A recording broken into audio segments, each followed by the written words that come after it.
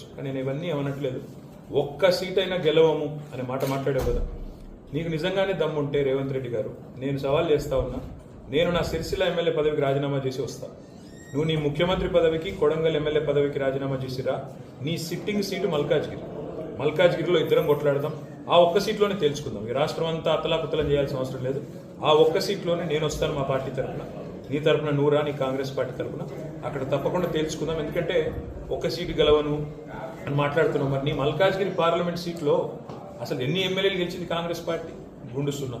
ఎంతమంది కార్పొరేటర్లు గెలిచారు నీ మల్కాజ్గిరి పార్లమెంట్ పరిధిలో? కాబట్టి గెలుపు ఓటములు అనే వాటిని పట్టుకొని, దాన్ని ఎక్కువగా ఊహించుకొని, తన శక్తి సామర్థ్యాలు తాను ఎక్కువగా ఊహించుకొని ఇవాళ మాట్లాడుతున్న రేవంత్ రెడ్డి గారికి నిజంగానే ధైర్యం ఉంటే, నిజంగానే దమ్ము ఉంటే, తెగువ ఉంటే నువ్వు రా, కొడంగల్ ఎమ్మెల్యే పదవికి రాజీనామా చేయి, ముఖ్యమంత్రి పదవికి రాజీనామా చేయి. మన మల్కాజ్గిరిలో నీ పార్టీ అభ్యర్థిగా నువ్వు రా, నేను కూడా నా ఎమ్మెల్యే పదవికి రాజీనామా చేసి